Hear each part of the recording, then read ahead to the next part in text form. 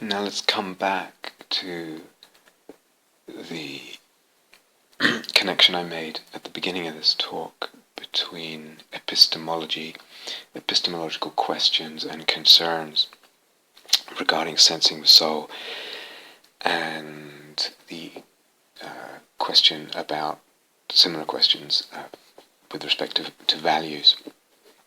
So remember, epistemology is about knowing. Why is it okay to say I had experience X and I had experience Y, but I am only allowed to say in having experience X and experience Y, I knew X, but I can't say I know Y, I knew Y.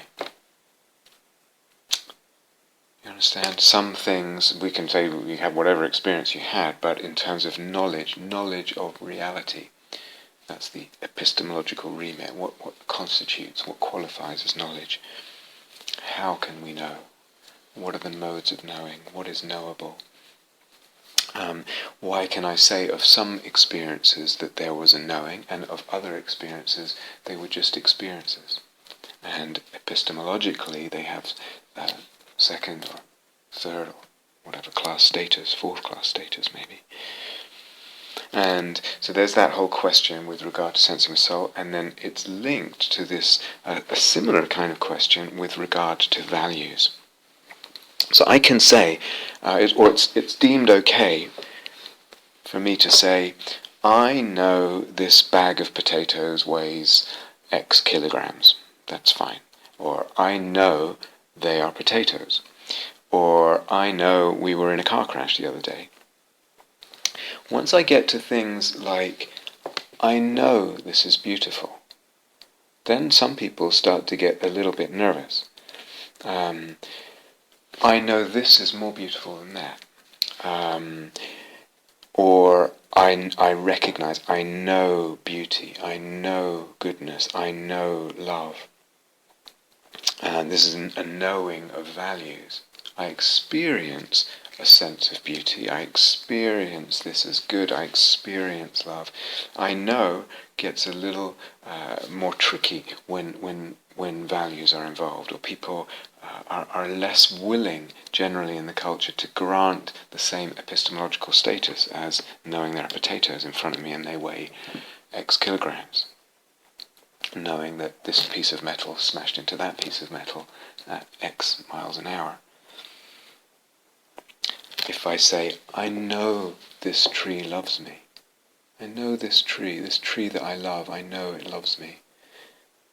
If I say, I feel that it does, or I experience that it does, that it loves me, that's generally more acceptable. People might raise an eyebrow or two, but to say, I know that it loves me, it seems like an epistemological step too far for our culture.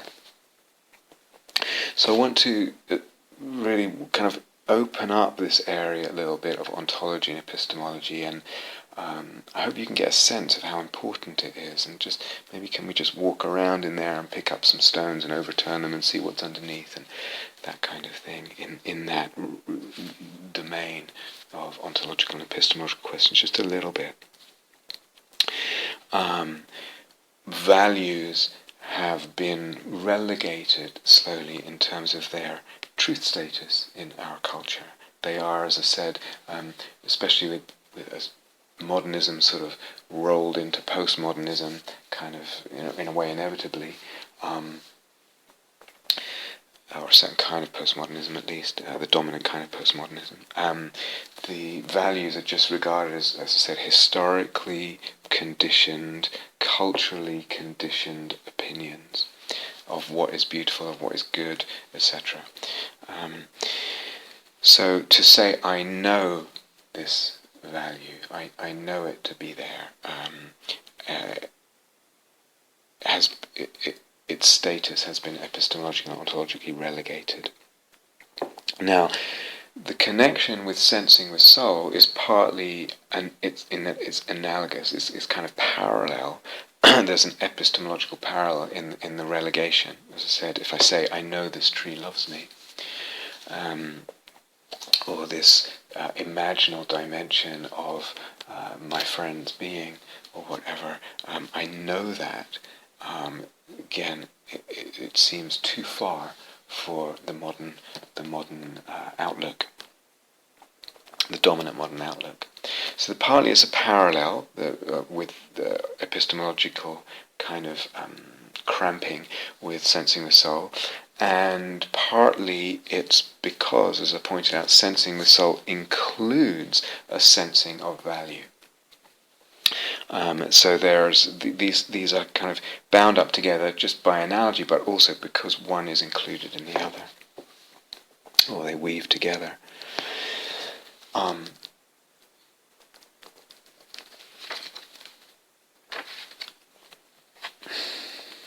It is sensing with soul, the sensing with soul of others, of the world, of the self, that in our time needs epistemological validation. When we come to purely intrapsychic images, as opposed to extrapsychic sensing with soul, let's say that tree loves me, this tree loves me, as an example of a sort of extrapsychic so-called sensing with soul. When we contrast that with a purely intrapsychic imaginal image, it seems to need a different kind of that kind of validation less. In other words, there's a kind of validation that most people these days perhaps would give. Many people in our culture would give a certain validity, epistemological validity, to intrapsychic images, just because we've had more than 100 years of psychoanalysis, etc., post-Freud, so that most people, well, let's say many people, would accept that the psyche has a kind of intelligence regarding our inner life and feelings, and the moral, a kind of intelligence of the psyche regarding its moral judgment of our actions in the world, and it manifests this intelligence. The psyche manifests this intelligence through images, in dreams, in our imagination, and in many ways and many forms, but dreams and imagination would be dominant ones, common ones. So that degree of validation, like there is a kind of knowing. If I get an image of something and it's or a dream of something, it may be, or at least many people in our society would regard it as having a certain validity as some kind of knowing. But in regard to my inner life, my inner feelings, some part of myself, if you like, reflecting on another part of myself, or where I've acted, or relationship that I have to certain people or certain things in my life or my childhood or whatever it is. And so there's a certain knowing there manifested in the image, and we can know that knowing. And so when we sort of interpret this dream or this image in a certain way that constitutes a knowledge of ourselves, we say, then we're knowing it. When it comes to extrapsychic images, it's really these that need the epistemological validation or championing, or perhaps promotion after their relegation over the last hundreds and hundreds of years, and perhaps a different kind of promotion. So this tree that I love, if we take that as an example, this tree that I love, how do I feel, sense that it loves me? How do I know that it loves me, that love flows between us? There's an epistemological, ontological question. How can I feel justified in saying, I know that this tree loves me? Let's linger with this a little bit. When my friend says she, he, they love me, how do I know that she, he, they love me? Saying I love you, as any honest and mature human being knows, doesn't guarantee the truth of that love. with respect to, I don't know, someone incapable of expressing their love verbally or in obviously interpretable motion or gesture. Say someone who's paralyzed. Did you see that film My Left Foot with Daniel Day-Lewis? It was many years ago. I thought it was fabulous. And he plays a boy with cerebral palsy who cannot speak and has very limited motion just in his left foot. So he's essentially paralyzed and rendered incapable of communication for much of his adult life. And one of the things I found so touching and beautiful in that movie was the relationship he had with his mother, and their love both ways. But how did she know that he loved him? He loved her, excuse me. How did she know that he loved her? He was incapable of expressing it. And even when, it's a complicated thing, but even in a way when he did eventually manage to express it, it was dismissed by some people around him. It's like, how can he's just a vegetable? Was the sort of view. And she, very movingly for me, said to him at one point when they were alone, she looks at him, I can't remember what his name was, but she said, sometimes I think you are my soul. Very beautiful. But in that sort of situation, or say with a pet or a dog, incapable of expressing their love verbally on some obviously interpretable motion or gesture, and in the absence of some scientific measure of love, how do we know that this being loves me? How do we know? We could open it up even more. We could say, well, what is love anyway? Is love a feeling? Is love an action? Is love a commitment to action? Which actions? And when? Maybe it's an attitude. Is love an attitude? Or is love a tendency to try to view and act in a certain way? None of those as possible definitions is universally agreed upon or enacted by human beings. So in relation to something like love, we have a problem epistemologically. But this tree that I love loves me. I know that. I know that the way lovers know. The way lovers know not just that they love, but they are loved. The way they feel that. How do I know it? By what organ of perception? By what instrument of knowing? By what mode of knowing do I know that? I could say I know it in my heart. I know it in or through the soul. I also know it in my body, in the touch. This tree that I love loves me, and I know that the way lovers know.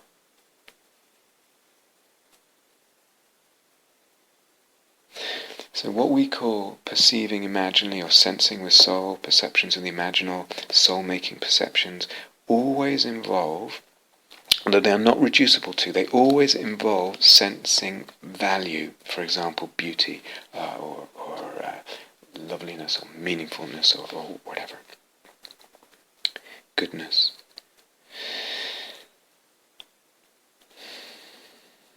And knowing values, like beauty or goodness or love, is not, it seems, as simple as knowing what is material, what is measurable, and what is socially agreed upon reality.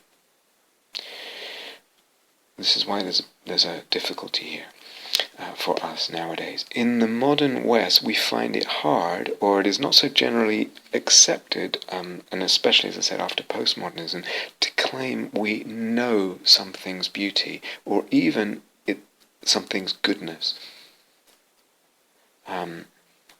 We are only kind of allowed, it's only sort of politically correct to claim a subjective perspective. I find that very beautiful, or I find that very not beautiful, or whatever. And there's really some intelligence in that. It's this escape from dogma and this freeing up of the individual subjectivity to grow in its own way and find its own sensitivities, etc. But yeah, it's easy to go to another extreme here, because only a kind of, if even there is such a thing, a completely unpassionate human being, and even then only with regard to what does not involve him or her or them. Only such a person in such a relationship or situation will say and really believe, regarding a sense of right or wrong in terms of value or beauty or whatever, will say and really believe when they say it, it's all relative and only a matter of opinion. So for me, to consent to the possibility that the Smurfs, do you remember the Smurfs? I checked with Mark and Ava, and they're much younger than I am, and they remember the Smurfs, so hopefully most of you will. So they were like these little blue kind of dwarf-like cartoon characters, and they had a few hit singles, and a hit movie, and number one top of the pop singles, and I think a few of them, and but for me to consent to even the possibility that the Smurfs songs are as beautiful, if we take beauty as a value, are as beautiful as Beethoven's late string quartets or John Coltrane solos or whatever. Politically correct as that might be, that's not okay to say that one is really more beautiful. But actually, if I were to say that, or to be kind of in a situation where I'm forced to say that, I can feel something. It does something in my soul and my cells. It's and yet to imply that it's not so, to imply that one is more beautiful than the other, and I know that is kind of not politically correct. We're not granted that epistemological validity of knowing with regard to beauty. And what we know in...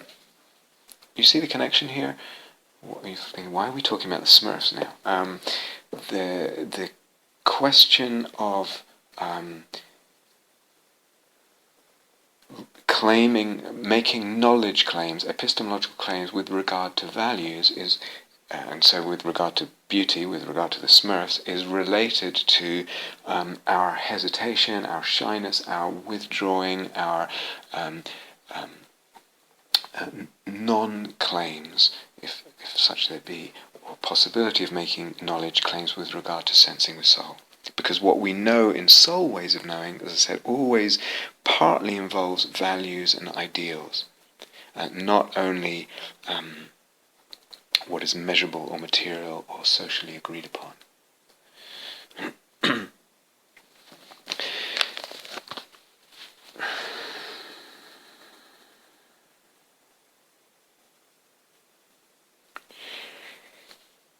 So if we remember that when we talked about the spectrum of uses of the imagination, we said, oh, there's papancha, and then there's a kind of possibly mindful images and mindful healing images, and imagination and intrapsychic images, and we could say extrapsychics, sensing the soul images. It's really in that little list along that spectrum there. Excuse me. It's really the epistemology and the ontology of that last category, the extrapsychic sensing with soul, and to some degree the intrapsychic, that's the category that's tricky for us. Papancha we just dismiss. Even if we put into that little spectrum, if we insert the kind of the image that comes with ESP or extrasensory perception,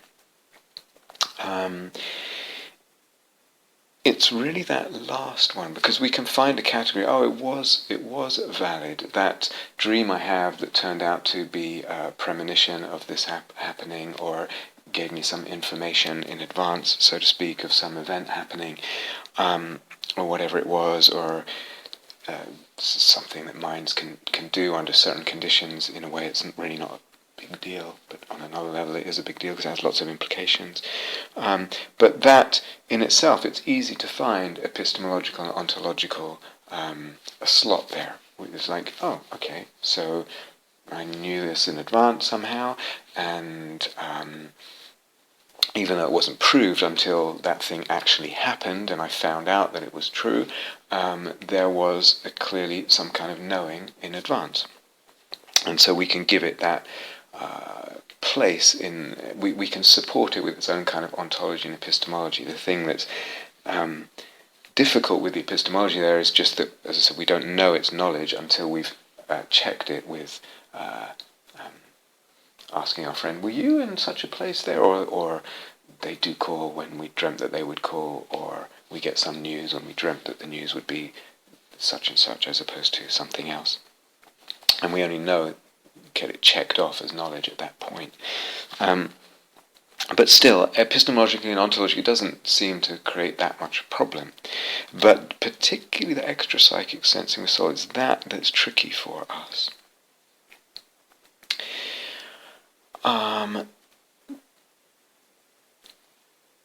If we connect that to what we've been saying about values, images that might come, and remember images might mean any sense modality, but dream images or some kind of extrasensory perception images in any of the sense doors, don't seem to involve a sense of values so much. I mean, this is just my observation. See what you think. I think it's fair to say they don't feel imaginal. They don't have those qualities, those aspects and elements that we ran through in the list. It's almost like just a communication of information. They don't have they're not permeated by a sense of beauty or meaningfulness, or maybe meaning, but not meaningfulness, not depth, not unfathomability, etc. They feel, ESP images, if we can call them that, feel just kind of matter of fact. They're bits of information only, really. And they don't have that whole imaginal constellation of elements and aspects that we ran through in the first talk.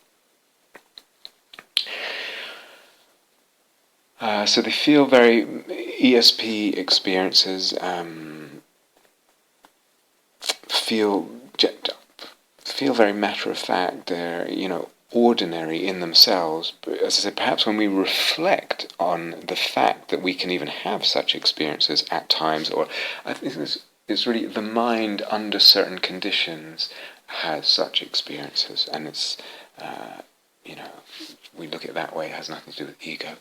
But when we reflect, perhaps when we reflect on the fact that we can have such experiences, and reflect on what the implications are for the understanding the nature of awareness or mind, consciousness, and its relationship with matter, then that whole reflection and acknowledgement and recognition can be and feel soul-making for us if it's a new reflection and a new opening of the logos there.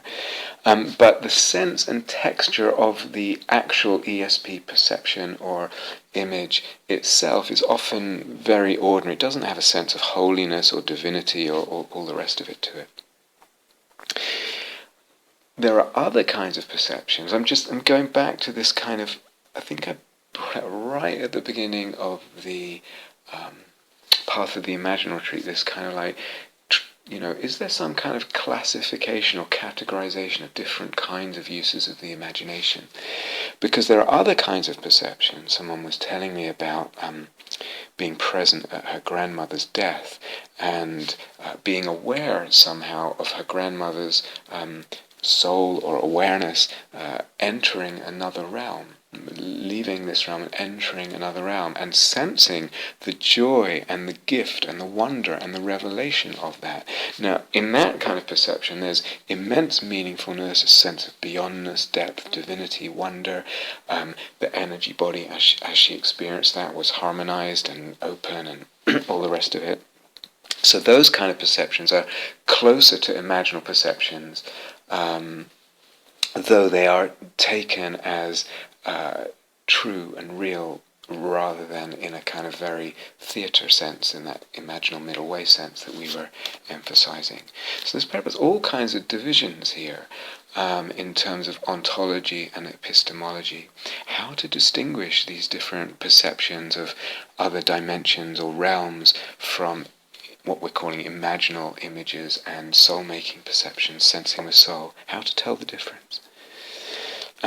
It may well be that some of what we classify today as imaginal and neither real nor unreal may at other times and places in human history, both in the past and in the future, be classified as real and accurate perceptions of matters of fact. You understand? Just because what I said before, ideas in history change, and that influences massively our sense, even if we're not philosophers and we don't even think about it, we've never heard of these words ontology and epistemology, ideas in the culture massively influence that, and that will influence how we think of all these different kinds of experiences involving the imagination. But there is a certain subset of experiences that we might call ESP, regarding matters of fact in this material world that just feel very ordinary and unimaginal in the sense that we've outlined it of the imaginal constellation, the elements, the aspect. So I think this is very complex, and can it be an open question? Can it remain an open question? I don't know anyone who's figured out, certainly not to many other people's satisfaction and agreement, some kind of categorization of the ontology and epistemology involved in different sense perceptions, if we include sensing with soul and imaginal perceptions. Perhaps there are grey areas, perhaps there are crossovers and in-betweens. Complex. Interesting. Complex. I think for us right now, apart from, again, just wanting to sort of walk around in this area and turn over some stones that maybe haven't been turned over for quite a while, and kind of create a bit of space in there, in what can usually be actually really a domain that doesn't have any space to walk around in. It's just given to us. This is how things are. This is what's worthy of respect. This is not worthy of respect. So just wanting to walk around in there. I think at a minimum right now, let's say that,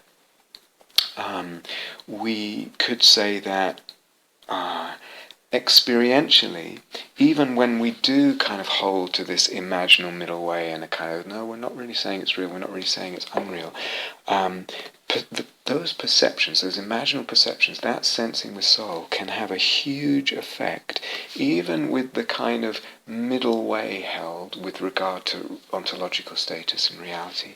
That can have a huge effect, that sensing with soul, that imaginal middle way, or imaginal perceptions with the imaginal middle way, can have a huge effect on our conceptual frameworks, on our orientations, on the directions we have in life, on what we're devoted to, on our whole sense of existence, and actually on our ontology, epistemology, cosmology, etc., etc. So just picking up on that point, it may be that humanity may not ever arrive at a conclusive and finally complete answer or truth regarding the ontic status of imaginal images of what we sense with soul. That may be. It may be that there's no way of finally knowing any of this for sure. But phenomenologically, we can notice, in other words, in our experience, we can notice that adopting or finding ourselves in the imaginal middle way, that is, sensing images or soul-making perceptions as neither real nor not real, that adopting that stance or finding ourselves in that stance regarding imaginal perception or sensing the soul automatically and often effortlessly allows us to have and feel, with respect to an image, with respect to a perception, sense perception, a sense of duty with freedom and relative non-attachment. Senses of sacredness and meaningfulness without fixation or tightness. Senses of depth that are still open to more discovery. So, phenomenologically, the stance of the middle way, the poise of this middle way, of holding that or finding oneself in that, is a very helpful and fruitful perspective. And we can notice that, we can notice how it feels for us as we receive the gifts there of freedom, of energy, of wonder, of beauty, of joy. In other words, this poise of the middle way is very, very fruitful and helpful in terms of freedom, energy, wonder, beauty, joy, devotion, soul-making, etc. Conversely, we can see and we can notice, we can feel what happens when an image is reified or literalized. We can see what happens, we can see what dies. Something tends to die when that imaginal middle way gets squeezed, when the theatre goes out of it. Something dies in the whole experience. And how those gifts of freedom, energy, wonder, beauty, joy, particularly the freedom,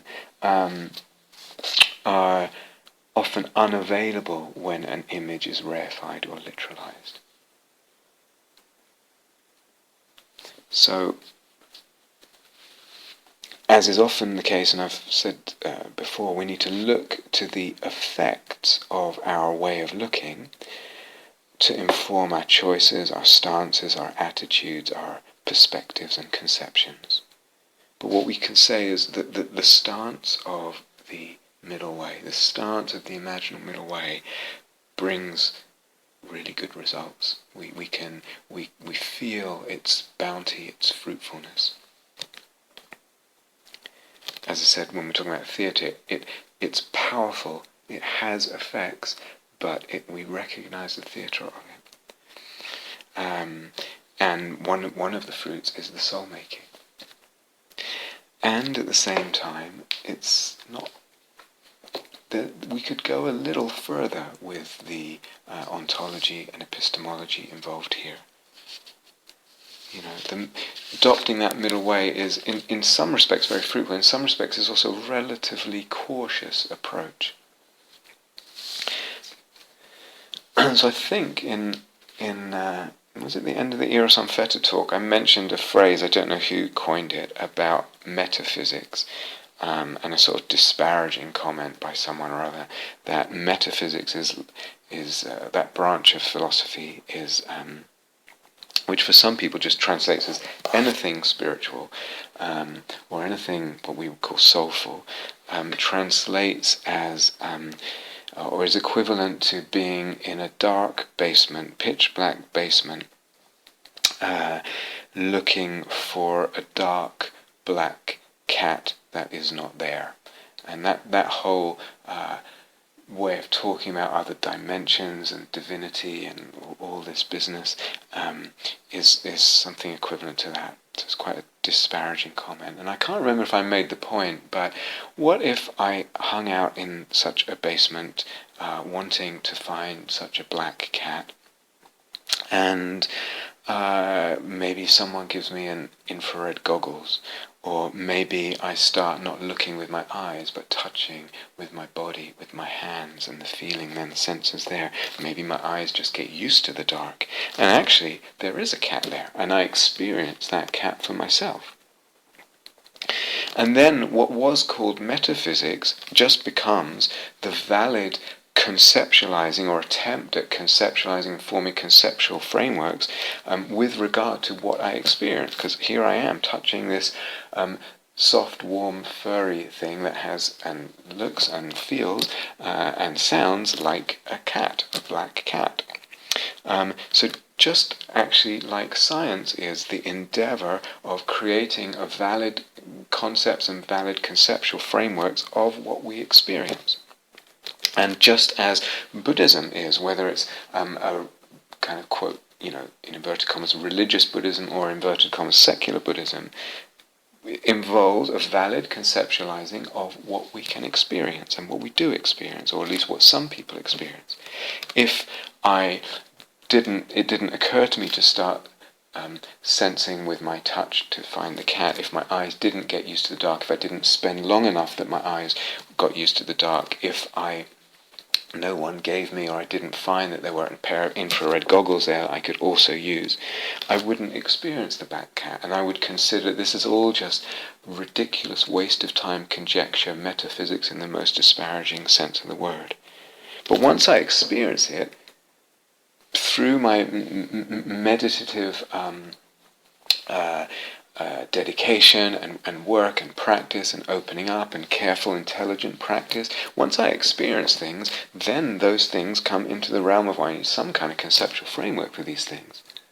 And if I experience them regularly and a lot, and if they make a difference in my life, I'm going to need some kind of valid conceptual framework around that. Just like science, just like actually in any kind of philosophy, whether it's a sort of educated philosophy or just a sort of every man's sort of working philosophy. And again, in with regard to ontology and epistemology, science and philosophy debate ongoingly the being or non-being or ontic status, reality status of what seems most evidently there. Ontological debates still go on in science and philosophy regarding things that we experience and things that seem really obvious. Chairs, chariots, cats, quarks, all this is still up for ontological debate in the realm of science and the philosophy of science and also wider philosophy. Same with God, same with divinities, same with soul. We experience it, it seems evident to our senses with practice, and so it can be drawn in. There's a validity to drawing it in to the ontological and epistemological debate. Experience must be accounted for, generally speaking. So no one's, generally whatever philosophy, again, even if it's not worked out philosophy or conceptual structure, we account for experience with our ideas. Somehow we try to account for experience with our ideas, put it that way.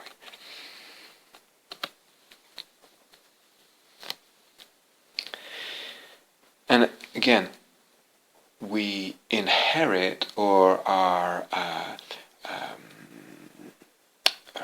receive, impacted by a whole set of hierarchies and value systems or hierarchies regarding ontology and epistemology from the cultures that we move in.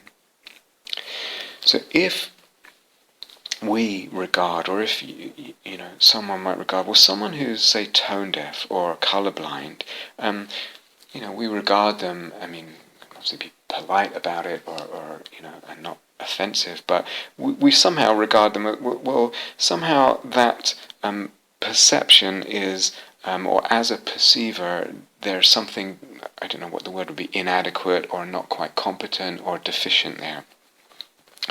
Or an autistic person, and someone who's autistic, one of the theories of what's going on there is they can't read emotions in another person. So it's as if another person is devoid of emotion for them, of emotional reality. There's no reality to them. They can't actually perceive it. And again, generally in terms of psychological diagnostics, we regard autism as a kind of pathology. There's a perceptual deficiency, inadequacy, incompetency there. And now some people would, and again, it's not quite politically correct, but it's pretty dominant, that might regard, let's say, a pre-modern, so-called pre-modern tribe, an indigenous tribe somewhere, and that whole worldview would regard them also as deficient or incompetent perceivers and conceivers and thinkers, because they don't have science in the way that we do. They don't have that scientific methodology or that scientific directionality. But we could ask, isn't that an epistemological colonialism? That just, we've got this view and we're convinced this is right and this is better. They are deficient, just like an autistic person is deficient in their perception and conception, just like a colorblind or tone-deaf person is also deficient in their perception of color and sound. There's a kind of bias there of what we could call a kind of epistemological colonialism.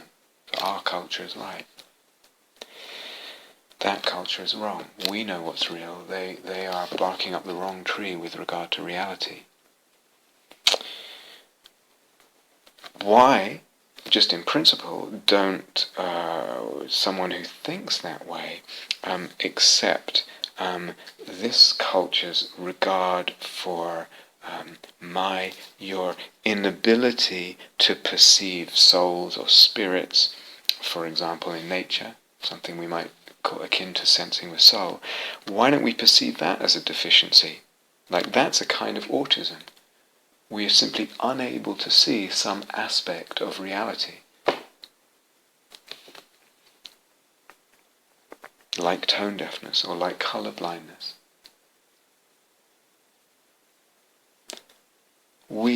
Our culture, or the dominant culture, has ruled out that as qualifying for reality status.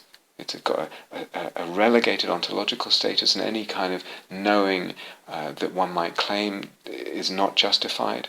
Any kind of, I know this tree's spirit, whatever it is, I know this forest spirit. That's not given its epistemological validation. So we could really push at this circumscription, this cramping that has been given to us, imposed on us by really the dominant culture.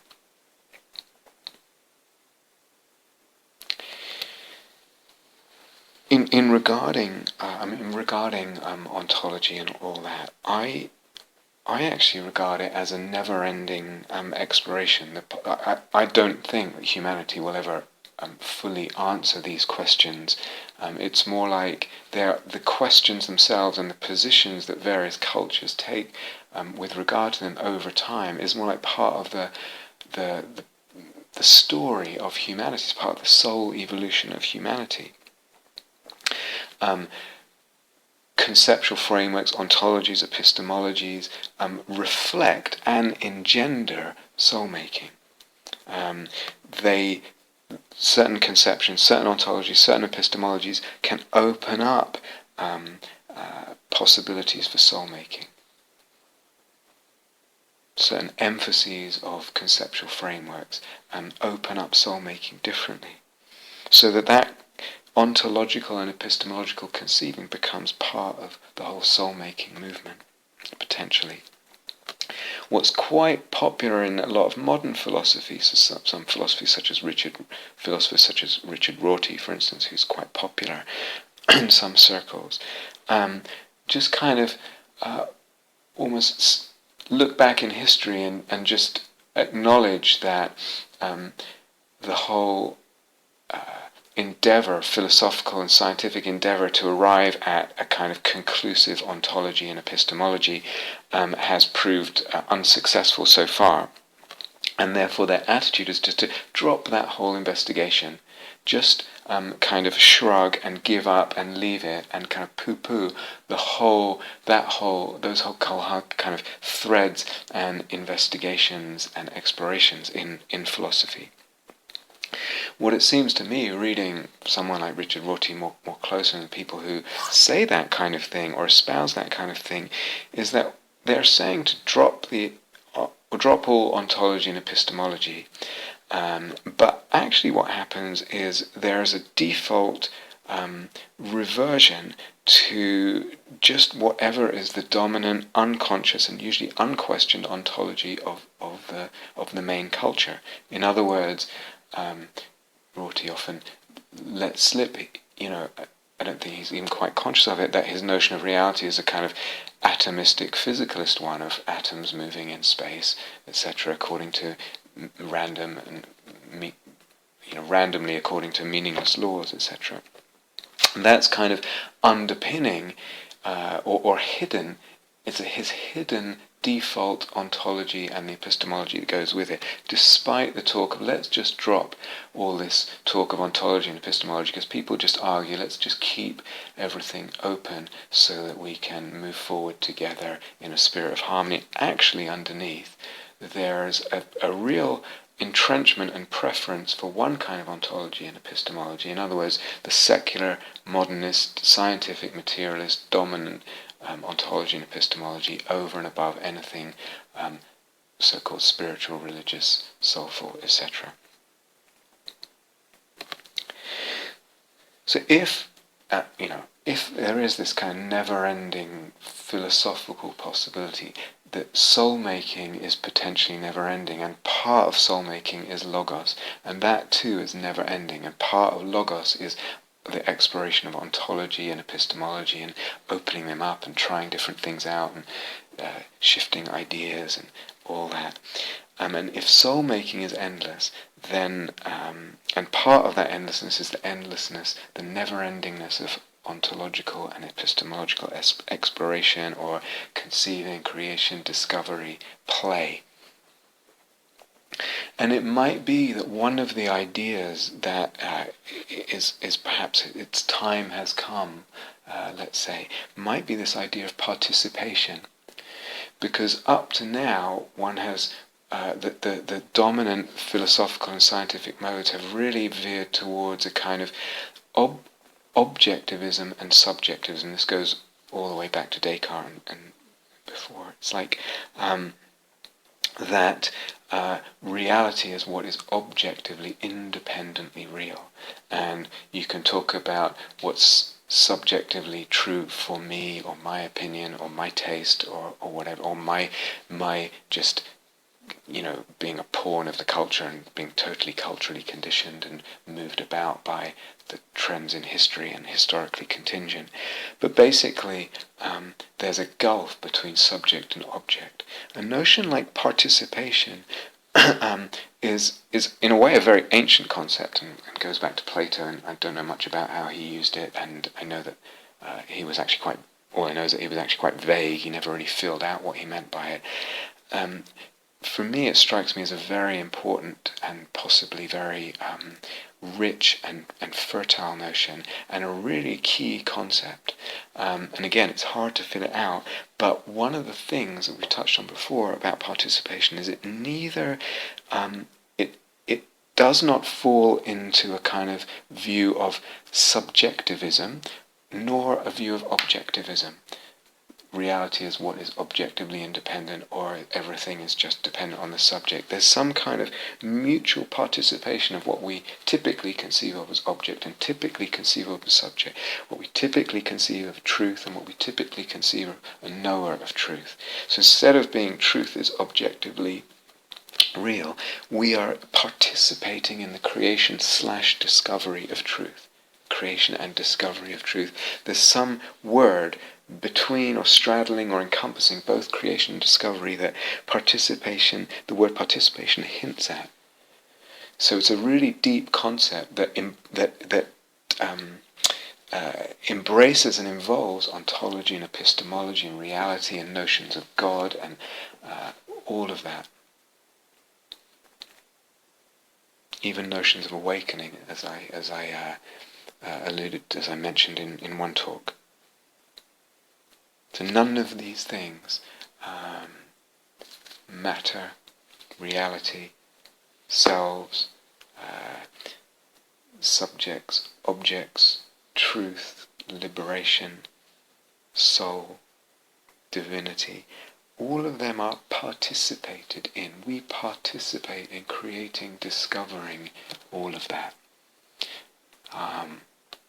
To me, a very profound and potentially very fertile concept, as perhaps a new step in our play in Logos, which is part of our greater play in soulmaking.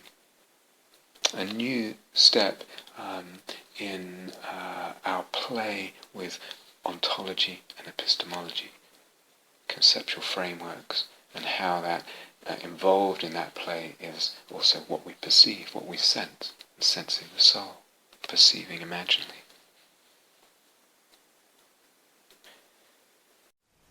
Thank you for listening. To learn how you can support the teachers and Dharma Seed, please visit dharmaseed.org.